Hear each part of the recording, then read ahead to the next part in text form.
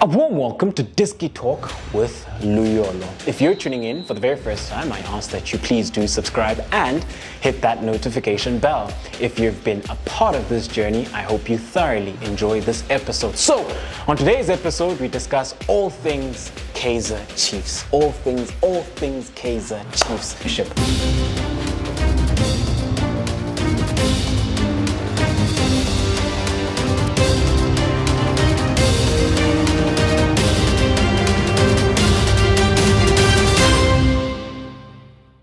So let's get straight into it.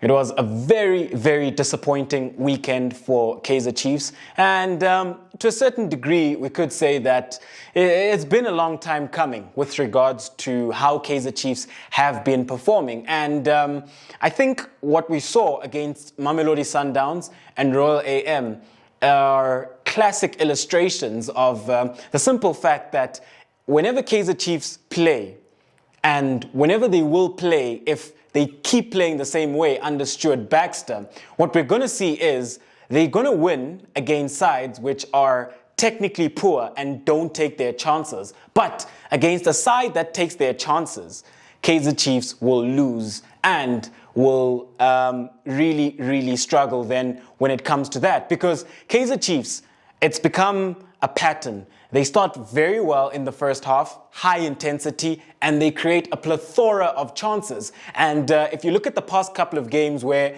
Kaizer Chiefs lost, they were supposed to wrap up the game within the first half against Sundowns, against Royal AM. But by virtue of the fact that we struggled from a qualitative perspective in the final third to finish off those chances, and poor decision making. That's what has been Kaizer Chiefs' Achilles, and certain personnel within the team as well, you know. So Kaizer Chiefs have really struggled from that perspective. And it's just not good enough that we dominate games in the first half, but you don't put away your chances, you know. And if we're to be honest, this goes back to when we played against Baroka at FNB and we won that game 2-1. I just think that 2-1 win was just paper over the cracks because it didn't address the real issue, because we missed so many chances. It's just that from a qualitative perspective, in the final third, Baroka do lack that cutting edge at times. Yes, they've got to evidence Mahopa, who's a very good striker, but at times, Baroka aren't the best when it comes to finishing off those chances. So whenever we play against opposition that aren't clinical in front of goals, it's going to feel like Kaizer Chiefs are on the right track. It's going to feel like we're making strides in the right direction. It's going to feel like it's progressive because chances are going to be created, and at certain moments of the game, a passing game, which is fluid, will be instituted. So those things are really a false glimmer of hope, because if you're to thoroughly analyze what's going on at the club, it's just very, very poor, you know, from a decisions perspective, management perspective, and within the final third. We can't be creating so many chances as a huge institution and not be finishing them off, especially when you consider the fact that your target man, which is Nukovic, is being played off the left wing, you know, and balls are being played into the box, you know, game in, game out, quality crosses, which are being supplied by Njabulo Blom, but those are not being finished. And when you look at the current situation with regards to the players on the bench, we've got so much quality on the bench. One could even argue that the players who are on the bench should be the players who are in the starting lineup, should be the players who are playing week in, week out. And we can't have a situation where an unfit Manyama and a tactically and technically inept guy are making appearances from the bench ahead of Sekgota and Ngcobo and Sabelo Radebe. We can't be having that when you have a look at Kaizer Chiefs. But let's go in then into a tactical segment with regards to where do I think changes need to be instituted going forward, because I just feel that, you know what, Baxter says he's building, and he's gone with his, favorite pair, and he's gone with some of his favorite players, but it just hasn't worked out. And we've signed quality players during the past transfer window. It's time for them to start playing. It's time for them to start the game. It's time to reintegrate Njabulo, Nkosingphile Ngcobo, back into the starting 11, because last season he was a mainstay for us. He played almost each and every single game for Kaizer Chiefs. He was a very important figure who created so many chances. Then you had a Mashiane who, from the left-hand side, at times had very good performances and has so much potential. It's time for those players to be reinstated into the lineup. That's just my personal opinion, because if you look at the way Kaizer Chiefs is currently going, there is no positives to draw from. The only positive that I can draw from in the past couple of weeks has been the performances of Njabulo Blom. He's been so consistent and he's been so solid down that right-hand side. Each and every single game, he keeps improving certain facets of his game. But anyway, then, let's have a look at it from a tactical perspective. So I will start from goals and work it all the way up, and then discuss the substitutes and the options that we have off the bench. And the scary thing now is that Nange is injured. So how do we then go about looking to combat that situation in the heart of midfield? And you also look at the fact that Cole will pick up a suspension very soon, because he's been picking up multiple yellow cards, and we've come to know that each and every single game, he ends up picking a yellow card by virtue of the fact that he's very combative in the heart of midfield, and he's the one who would often break down and institute defensive action whenever Kaizer Chiefs are being attacked. So, yeah, there's so many worrying factors, but let's have a look at it then, if they could be possible changes instituted, and what would I do going forward, because change needs to be instituted. So in goals, I feel like Peterson, in my opinion, yes, he had a bad debut by virtue of the fact that he conceded 4, but if you have a look at the 4 goals, there's not much that he could have done. You look at the free kick from Letswalo. That was a very good free kick. Even hit the side netting. You look at the ball which is whipped in from Mashiane in this area, where Mashiane got onto the ball and he played it, and in between Cardoso and Matoho, Letswalo pops up and he finishes. Not much that he could have done with that, because I think the issues with his 2 centre-backs. And then you look at the deflection, that Kize takes a shot, it deflects off Mabiliso, it goes in. There's not much he can do about that. And then the 4th and final goal, where they hit on the counter, the ball is placed right into the bottom corner, and, so personally, I would go with him in goals. And yeah, we have to call a spade a spade. Changes have to be instituted in the heart of defense. I think it's about time now that you have to bring in Njabulo Ngcobo as a right-sided centre-half, and then Thabani Dube as the left-sided centre-half. Because at the end of the day, you've gone with Cardoso, you've gone with Matoho, and they've just kept conceding goals after goals after goals, and they keep conceding in the very same manner. And what's very disappointing is, they're so experienced, but they keep conceding goals that you think that they should be dealing with, especially with the bucket loads of experience that they have. And secondly, whenever Kaizer Chiefs are high up, so in this phase of the pitch, and we say that the team has pushed up, what often happens is that they get caught in behind with just one vertical ball in behind, It's not even a champagne pass to say, It's just that ball which gets picked up maybe by the opposition centre mid, and he just plays it into this area, He just plays it into this pocket of space and in this zone, and a player gets running. He makes the run in behind, and too often at times they get caught out with that ball, and it's just so disappointing, because if you're going to have a high line and you have slow defenders, then pressure needs to be put on the ball. So whenever the opposition get onto the ball, maybe in that area, pressure has to be put on the ball so that they don't play that ball into that space. Otherwise, then, if you're not willing to put pressure on the ball, then Kaizer Chiefs have to drop off at least 15 yards then, you know.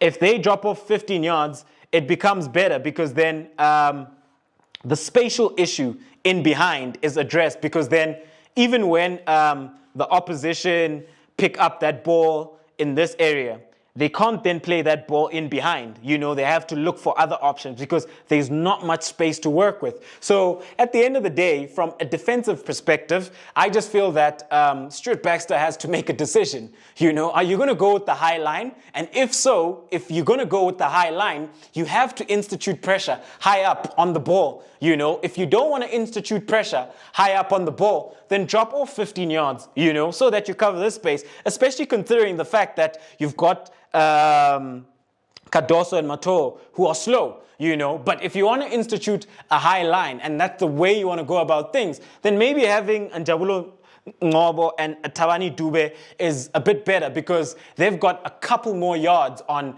Mato and Cardoso. They're a bit quicker than them and they can deal with that ball in behind and with that threat. But irrespective of which centre-back pairing you institute, it's just a common principality when it comes to having and adopting a high line, is that you have to institute pressure on the ball. If you're going to have a high line, you have to put pressure on the man who's got the ball so that that ball is not played in behind. So when we have a look at it then from a centre-back pairing, I think then you have to go with the pair of Dube and Ngcobo, and then you go with Brandon Peterson. That then addresses the issue of the defensive triangle. So in football, I believe in partnerships, and I believe in duos and trios as well, because these are part and parcel of what create a very positive and very progressive team chemistry. So when you look at the fact that if these three can have a solid defensive triangle, it strengthens the rest of the team, and it also addresses a major issue that we've been struggling with, especially in this area. Kaizer Chiefs has conceded too many goals, which is absolutely disappointing for the magnitude of this institution. And the types of goals that you concede are schoolboy errors. The types of goals that you concede, you shouldn't be conceding those type of goals, you know. I understand if you get beaten with a world-class goal. You get beaten by a worldie. Cool stuff. It happens. That's football, you know. But when you're getting beaten with basics, it's just, no change needs to be instituted. Go with the two of them and go with a back four, you know. Go with a back four. That's just my own opinion when you look at these players and you look at the types of players they are. Because what often happens is when you go with a three-man defense at times, what happens is sometimes confusion is caused. And what happens is you've got a left-sided centre-half and a right-sided centre-half. When you have a three-man defense, you never want your left-sided centre-half coming out into vertical zone 1 to combat a wide player, because centre-backs prefer to be either in vertical zone 2 or vertical zone 3. That's where they're most comfortable at from a defensive perspective. If they've got the ball in build-up phase, cool, he can come out and institute play. But from a defensive perspective, once you get him out here, it stretches the defense. And when it starts to stretch the defense, what often happens is that that's when there's space now to play in. And whenever that ball is whipped in, you'll find that, you know, it's just a practical example that happened actually against Royal AM. Njabulo Ngcobo came out wide to try and address that issue. The ball is played. When the ball is played, he is stretched. Litolo pops in. There's Matoho. And he popped in between. Sometimes they get stretched, you know, and that becomes a huge problem. But let's go back to basics. Let's have a back four where you've got the two centre halves in Dube, Njabulo Ngcobo, and then as the left back, You've got either your Hlanti or Mabiliso, but I'd carry on with Hlanti, because I feel like he hasn't put a foot wrong. He's got a goal and assist to his name and has been consistent in certain phases and certain zones of the pitch. And then you have Blom as well, When you have a back four and a compact back four and you say, you know what, let's go then back to basics to say that let's keep the tactical shape and the defensive structure. And can we then look at allowing the offensive players to be the ones who will then look to create those chances and institute that creative play within the consolidation phase whenever they progress the ball and work it up into incision phase, which is the final third then, And let's not always have our fullbacks bombing. And if one goes, then one tucks in, Let it be conservative from a defensive perspective. I mean, you've conceded so many goals, So whenever you have conceded so many goals and you're struggling defensively, I always believe that you need to institute the basics. Go back to basics, go back to a back four, and I believe that is an adequate back four. Moving then into the heart of midfield, where it's very disappointing. And I say that because I'll start with the transfer window. So in the transfer window, Kaizer Chiefs had a chance to sign Perusnat, which is a quality defensive midfielder who I think could have added so much quality to this Kaizer Chiefs side. They had a chance to sign Njabulo, who is still a free agent, who can play within a double pivot, who can play as a deep-laying playmaker, who then often progresses up the field with the ball, who also comes deep to collect the ball and look to institute play. So very disappointing that we didn't go out and sign those players, especially considering the fact that they are free agents. Njabulo still is out there on the market, If you make the right kind of offer, he is going to come to Kaizer Chiefs. So if they can, go out there and try sign Njabulo, especially now because there's an issue to address in the heart of midfield. Nange is injured. So it then makes the proposition progressing into the future for Kaizer Chiefs very difficult. But looking at the heart of midfield then, and very thin, but this is what I would do now, So you have Cole. You'd have to start Cole as the defensive midfielder.